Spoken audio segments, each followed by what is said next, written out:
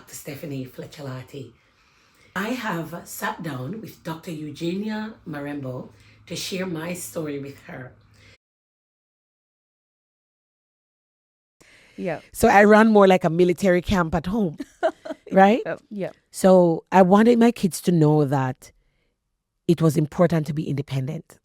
So I taught them how to do things for themselves from really early. Yep. So I've tried to build that independence into them from early. Yep. And because of the various roles I've had to serve in, and with quite a big period of that being overseas as well, Yep. my kids have learned really early that they will have to, you know, this is not the kind of mommy who babysits. Yes. So, yeah. and my husband, I believe, has learned to adjust as well. Yep. He's a really great cook. Yep. Yep. I think what I've done is to leverage, again, relationships. The relationship. The skills and the relationships. Yep. I've built really solid community around myself as well. So when my kids were much younger, community was really big. And it's really great having a wonderful community around me that helps. So I balance up work and family by making sure that I carve out time as well, especially for the younger one who is a little bit more dependent on me. I make time to meet his needs. Stay tuned as I share my journey right here on My Career, My Calling. Guess, Dr. Steph, Pastor Steph, Yes. you wear so many hats. Oh, there's a lot in this. Stewardship. I'm hearing steward Yes. in everything that you're saying. As we wrap up this conversation, I have a couple of questions that relate to one of the things that you mentioned was around knowing seasons, times and seasons. And particularly when you're a high achiever, you're always on the go. Yeah. How do you pause to hear what's next or what you're supposed to be doing for the season? I'm glad you asked me that. Because that pause is really critical. It's so important. And what I find is when the pause doesn't happen, you miss things. So for me as a woman of faith, that pause is absolutely critical, right? And if I find that I'm going, and I see things are not happening, then I also realize you haven't paused. Yep. So the pausing is critical. How do I pause?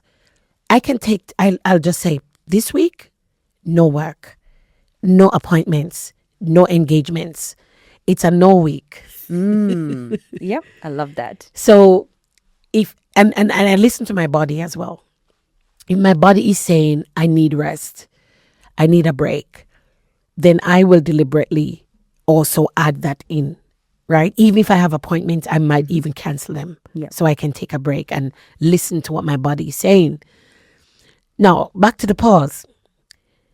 I pause and I listen through quietness. I'll go to the Word of God to find wisdom from it. What is He saying to me? Yes. And I just spend time talking to Him. Yes. I will just spend time, if I'm driving for an hour, it's usually me and Him. Yep. And I talk to Him as I'm talking to you. Yep. So I'll tell Him what's on my heart. I'll also let Him know how I'm feeling about the assignment He's giving me. Yes. Right? Give Him feedback. Yep. Yep. And I'll ask questions. Yep. So oftentimes, as I mentioned before, I'm a very reflective person. Yes. So oftentimes I'll be writing down, this is what this situation means, but there's a gap here. I don't understand this. Yes. So I'll ask Him, what does this mean? Yes. Or what's next? Yes. This is where we are at in this process for this assignment or for this thing. Where do you want me to go from here? Yes. Which direction do I take? Should I pivot if something is not working out? Or do I continue? Do I persevere? I do actually ask direct questions and I listen for the answer. I always listen for the answer. And I'm the kind of person, some people say I'm dogmatic, but I am the kind of person that I will not move. I'm like a stubborn donkey. I will not move until He answers. Wow. So I won't take a step unless there's some kind of peace in my heart that a direction that I've thought of taking is the right one. Yeah. But if it's something major and I'm not hearing anything, I'll wait. Yeah. Yeah. Right? And do more praying, more seeking for the answer. Yeah. So the quietness, I'll go into the Word of God and see what did He say to this other person who was in this situation. Yes. Right? Yep. Yep. And I'm the kind of person I seek counsel. Yeah. I can't finish without mentioning that. I will seek counsel. Yes. There are people in my life that are filled with wisdom that I will sit at their feet Yes. and be vulnerable. Yeah. So the successful, impactful people, Yes. Yeah. we do, Yeah. a real genuinely successful person Yep. can be vulnerable. Yep. But we know who we can be vulnerable with. Yep. So people who have walked where we've walked, Yes. people who have slain the giants that we are facing. Yes. We go to them and ask them, how did you do that? Yes. So I also listen to podcasts. I listen to people who are champions in the areas that I'm venturing into, or Yes. the assignment that I've been given to steward at this time. Yep. Am I here? What strategies have they used that have worked so that I can add to my own arsenal of strategies? Yes. Right? Yep.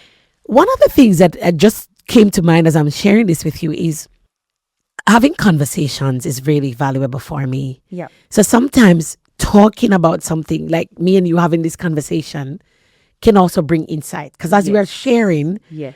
the actual obvious answer can actually pop in at the time when we're sharing. Yes. So I'm a big sharer. Yes. I'm always sharing, Conversations. always having conversations, because Yeah. sometimes it's in those conversations Yep.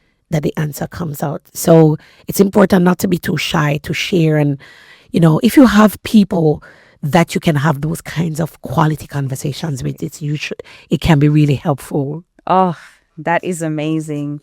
To hear someone who's turning 50 saying that they still sit at the feet of people that are wiser, that have gone ahead and can slay the giants, who have slayed the giants. Absolutely. I'm loving it. So, last question, or last two questions Yes. actually.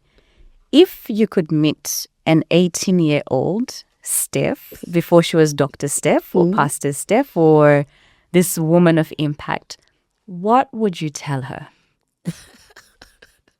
I love this one.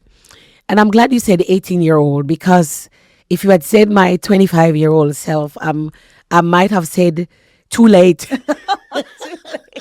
She was already established. She's already made too many mistakes. So 18-year-old, if I had to meet my 18-year-old self, when I was 18, what was I doing? At the age of 18, I just started my training as a public health inspector. Yes. So at that time, I moved away from my home for the very first time in my life. Wow. Right? And I was just getting mature, started getting interested in boys and stuff like that. So 18-year-old version of myself. I think looking back, one of the first things I would say to my 18-year-old self is, have a dream, Steph. Have a dream about where your life will go from here. Because at 18, I don't believe I really had a clear picture of where I wanted to go in life. I was just reacting.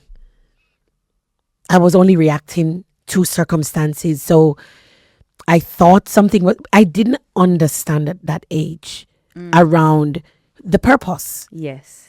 So even though I sensed there was something pulling me, I didn't actually understand what that thing was. That was pulling you. So if I can give my 18-year-old self that advice, is have a think about what you want your future to look like. Yeah. Because I believe some of the mistakes I made in my early 20s, I would have avoided them if I knew where I was heading. Yeah. Yeah. Yes. The next thing I wanted to say to my 18-year-old self was, embrace your singleness. Embrace your singleness. It's a gift. Do not abuse it. Yeah. So at the age of 18, I believe, at that time when I grew up, at the age of 18, that was in the very early 90s, right? Yes. I think the community, I suppose, the environment I was in was all about, if you're an 18-year-old woman, you should be thinking about getting married and having children. Right? Yeah. And for a while, I was really fixated on that. So, it was about, Is this one the right one? And I believe that kind of distraction was not healthy for me at that age. Yes. So I would say to my 18-year-old self, embrace and thank God for the singleness so that it can help you to focus and be really laser focused. Yeah. I would say to my 18-year-old self, hard work and dedication pays off. Yes. Keep this mindset about working hard and be dedicated, because I was already a dedicated young woman at 18. Yes. But maybe I didn't understand of how the value How far it could take and you. how far it would have taken me. So Yes. that one I would say, girl, hang on to that thing. Keep going. Don't skimp. Going. Yep. The next thing I would say to my 18-year-old self is cultivate discernment. Be discerning. Yes. Learn to discern and do it well.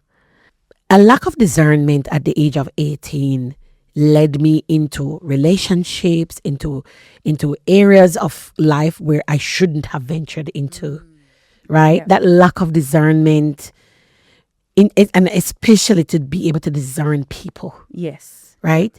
I was a very open person. I just saw everybody at face value. Like naive. At Very age. naive. Yeah. Well, me. Right? Just see I good was in everyone. so Yes, naive. yep.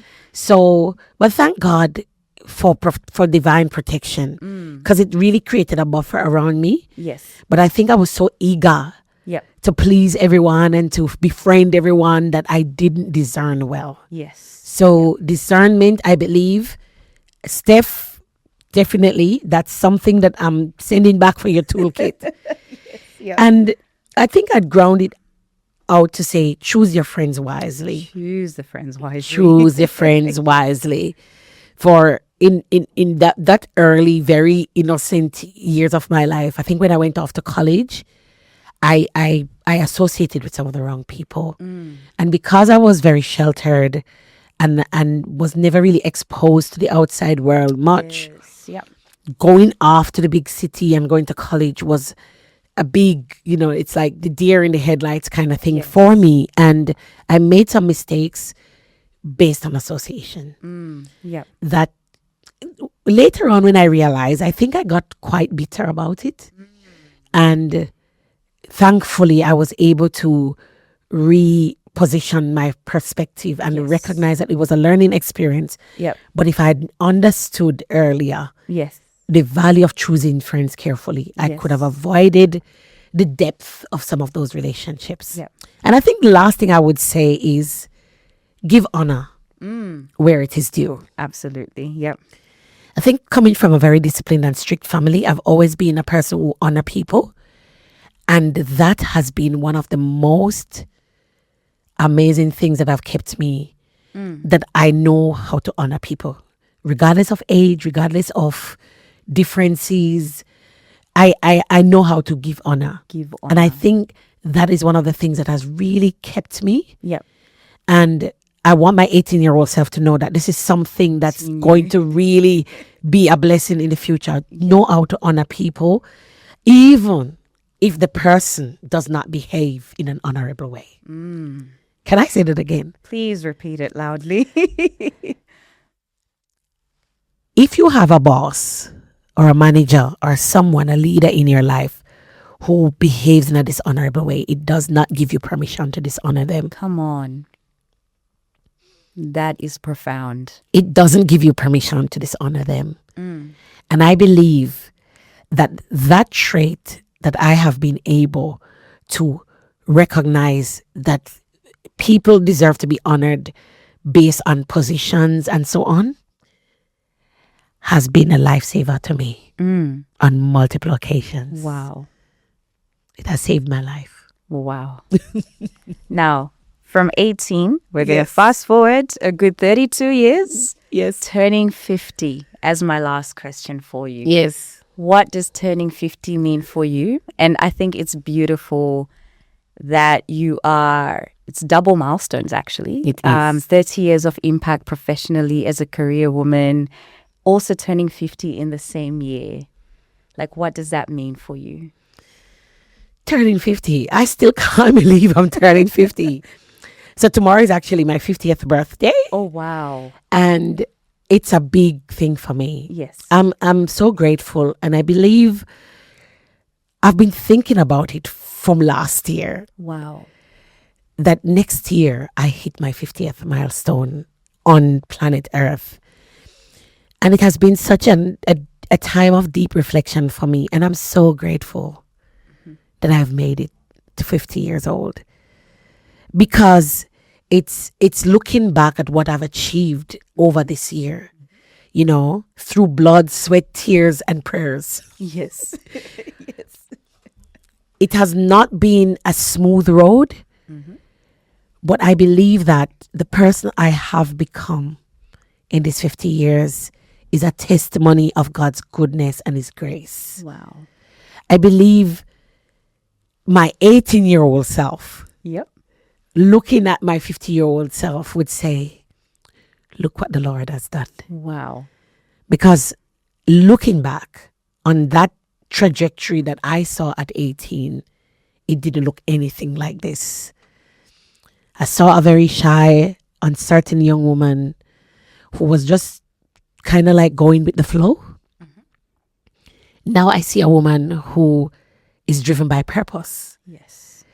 driven by intention, driven by an invisible hand Yes. that steers my ship. Yes. And I see 50 years of a life of purpose, a life well lived. Yes. There were some pivots along the way which helped me to, you know, redeem some of the times that I'd lost, whether through carelessness or missteps. Yep. But I was able to take the bitter lemons of some of those seasons Yep. and convert those into some valuable, meaningful results, lessons that have helped me to change perspective, Yes. to see things differently, Yep. to understand myself better, Yep. and also be someone who lives from a place of an overflow. Yes. I feel like because of what I've been through, and Mark, you know, I don't have regrets. That is important. I don't have any regrets. That is important. Because looking back, I recognize that every challenge, every stumbling block, every hurdle, every mistake I've made, Yes. the lessons that it's taught me Yep. has shaped the woman that I am today. I love this. I love it. Yep. It's shaped me. Yep. And looking back, I'm realizing that had I not made those mistakes, had I not made those missteps, that valuable lesson that I'm using to carry me forward, Yep. and has actually produced some of the overflow that I'm able to flow over into other people's life today. Yes. Maybe I wouldn't have learned those lessons. Yep. So I am really feeling so grateful, Yep. and it's a fool with a capital fool. Yep. Yep. I'm so grateful for everything, every brick on the pathway, every journey, every step, and every person Yep. that I encountered on this journey. Because every single person has contributed in one way or another Yes. to me becoming the person I am. Yes. And I think I'm really, truly grateful for those incidental or coincidental mentors that I met along the way. Along the way. You know something, I've never really had a formal mentor Wow. in my entire life. Yep. Yep. But looking back over my 30 years of professional life, I see some people were strategically positioned along that journey, Yep. who taught me some invaluable lessons and gave freely, whether of advice, feedback, even rebuke. Yes, Yep. even rebuke, Yep. that have shaped me Yes. in a way Yep. that a true mentor Yep. would have done. Yep. And I'm sincerely grateful Yep. for those people. And those who I met maybe in the later stage of my life, like yourself, who've really made my journey so much richer for what it really is. And I'm so grateful. I'm so grateful for the amazing people that God has placed in my life now. And yeah, it's been great having this conversation. Dr. Stephanie, thank you so much. What a rich conversation. And I think there's a lot more that I need to unpack from you. Can I say one more thing? Yes. I feel like I'm stepping into a new season as well. Oh, yes. So part of my reflection, I see a new season about to happen. Yeah. I believe in spiritual things. Yes. And I believe that the number 50 is an important number. Yes. It's 5 decades of life. Yes. But 50 is, I feel like I'm finally becoming an adult. It just starts to help. But I also feel like some of the things I'm building Yes. is starting on this 50th milestone. It's a pillar of what is to come. Yeah. I feel like crystallization of legacy. Wow, I love that. I think that's what I'm feeling. I love that. And you have been building and building, but I think there's quite a legacy that you are now consolidating. Thank you. Speaking of legacy, this year alone, I have built 3 major movements or platforms, if you want to call them. Yes. At the start of the year, I kicked off with the Waymakers Alliance, which is a transformational movement for faith-driven marketplace professionals. Yes. Right? And this is kind of under my brand that is called the Marketplace Missions Movement. Yes. And through that, I support, other believers who really want to live out that life of purpose. Yes. And just help them to own that space and to steward it with grace. The next thing I've launched this year was the Global Public Health Connect Network. Oh, yes. And this is around connecting, equipping, and mobilizing the global public health workforce, creating a platform, a space for them to receive professional development, mentorship, and network. Yep. Because, as you may very well understand, people in developing countries can find it difficult to access this kind of high-level support at home, and even to enter into the global platforms. It's financially, out of their reach. Yeah. And then this year, of course, I've already launched my Arete professional consulting business since 2025. Yeah. But this year, I'm really launching it out, going out into providing consultancy for public health organizations who are looking for research, evaluation, training, capacity building, and epidemiological services. Amazing. So this year has been like a launch pad. So when I said a trifecta. Congratulations. So when I say I feel like I'm stepping into something new, this year it's like, there's a launch pad happening. Love it. Yeah. And I think the world should know that this isn't really about building a business. I'm a movement convener. I'm an architect of movement. Yes. And I think if we look back over this whole story, you see that I've always been connecting and building things to connect people. Constructing and innovating. Oh, that's amazing. Congratulations on the launch of the 3. Thank you so much. And may they continue to grow exponentially. So Dr. Steph, thank you so much for this opportunity. It's such an honor.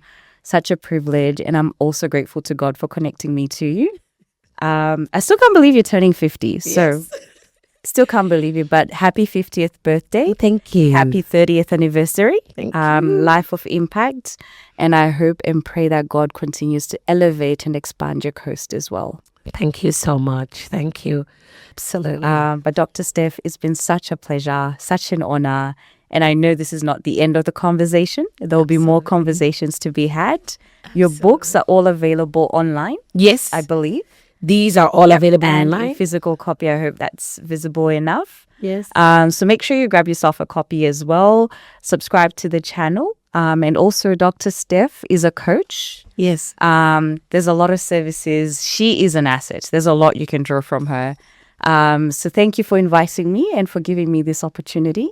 And yes, absolutely. Amazing. Thank you, Dr. Eugenia Marembo. It's been a pleasure having this conversation with you. I believe I would not have done this with anyone else. I think it's just really great to be able to have a conversation with someone who truly gets me. And I think you're one of the few people who does. So thank you so much for the opportunity. to share my journey with you, and for making the time to have this conversation. It's really been a blessing. And I'm gonna really think about that book. I think there's a couple now that you've There's a been couple suggesting. that I've suggested. Yep. So I've got a few books to write, and I'm looking forward to my next one.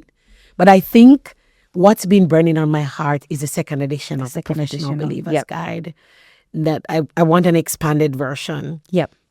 To share some of the principles Yep. that I have been really learning over the last couple of years. And Yep. I'm really looking forward to what the next version looks like. Amazing. Yes. So it's been great. Thank you. Thank you so much. Thanks, everyone. If any of my story has resonated with you, if there's anything that speaks to you personally about where you are at on your own life journey, as you lay down those milestones, feel free to reach out to me. I will drop my contact details below in the chat, and feel free to send me your feedback. Send me your comments. Let me know which part resonated with you, or if you've got a burning question. If you are going through something that you would love to speak to someone about, I'd be happy to hear from you. So check in the comments and in the description for my contact details, and I would be happy to hear from you. And please know that I read every single email, every text message that comes through. Thank you for joining me on this amazing journey, celebrating 50 years of life and 30 years of professional impact. And I hope I'll see you here again. If you've passed here and you're not a subscriber to this channel, please click the bell before you go, and stay tuned for more amazing content from my career, my calling. Until next time, I'm your friend, Dr. Stephanie Fletcher-Lartey.